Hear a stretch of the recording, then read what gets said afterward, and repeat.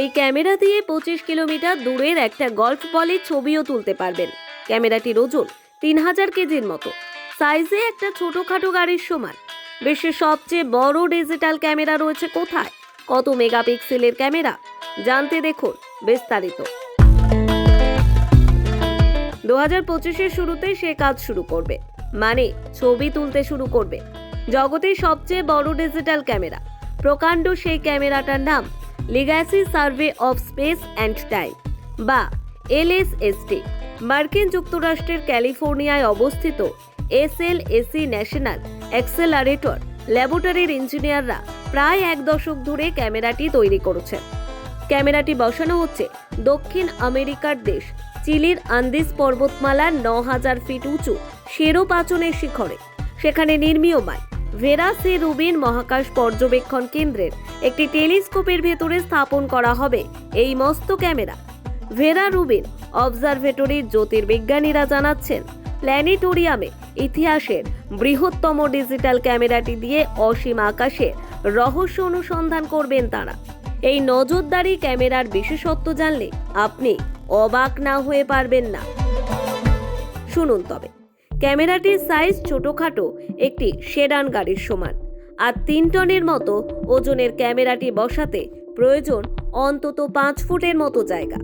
এর বিশাল আকারের লেন্সটি ইতিমধ্যে গিনেস ওয়ার্ল্ড রেকর্ডসে জায়গা করে নিয়েছে। তবে শুধু আকারেই নয়, বৈশিষ্ট্যের কারণেও বিশ্বের সর্ববৃহৎ ডিজিটাল ক্যামেরাটি অনন্য। ক্যামেরাটি 3200 মেগাপিক্সেলের।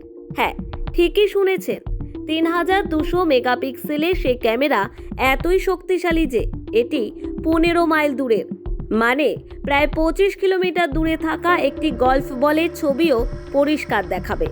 এর ফিল্ড অফ ভিউ বা দৃষ্টিক্ষেত্রটি এত বড় যে এতে তোলা সম্পূর্ণ আকারের একটি চিত্র দেখাতে শয়ে শয়ে হাই ডেফিনিশন টেলিভিশন লাগবে। এই ক্যামেরা প্রতি 15 সেকেন্ড অন্তর চাঁদের চেয়েও 7 গুণ বিস্তৃত আকাশের বিভিন্ন অংশে ছবি তুলতে পারবে। প্রশ্ন হলো, এত শক্তিশালী ক্যামেরার প্রয়োজন কি?